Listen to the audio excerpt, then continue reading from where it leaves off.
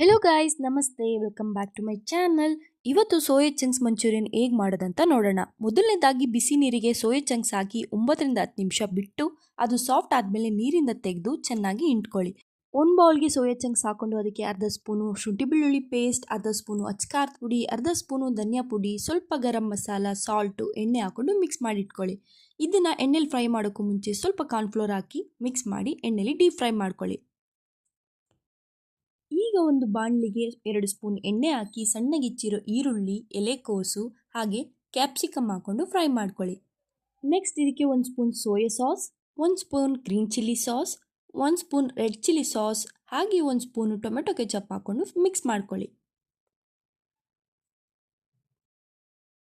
ಹಾಗೆ ಇದಕ್ಕೆ ಅಚ್ಕಾರದ ಪುಡಿ, ಸ್ವಲ್ಪ ಉಪ್ಪು ಹಾಗೆ 2ರಿಂದ 3 ಸ್ಪೂನು ನೀರು ಹಾಕಿ ಮಿಕ್ಸ್ ಮಾಡ್ಕೊಳ್ಳಿ. 1ರಿಂದ 2 ನಿಮಿಷ ಬೆಂದಮೇಲೆ ಈಗ ಇದಕ್ಕೆ ಫ್ರೈ ಮಾಡ್ಕೊಂಡಿರೋ ಸೋಯಾ ಚಂಕ್ಸ್ ಹಾಕೊಳ್ಳೋಣ. ಮಂಚೂರಿಯನ್ ಈಗ ರೆಡಿ ಆಗಿದೆ. ಇದಕ್ಕೆ ಕೊತ್ತಂಬರಿ ಸೊಪ್ಪು, ಈರುಳ್ಳಿ ಜೊತೆ ಗಾರ್ನಿಷ್ ಮಾಡಿಕೊಂಡು ಟೇಸ್ಟ್ ಮಾಡ್ತಿದ್ರೆ ತುಂಬ ಚೆನ್ನಾಗಿರುತ್ತೆ. Thanks for watching. Love you all. Bye bye.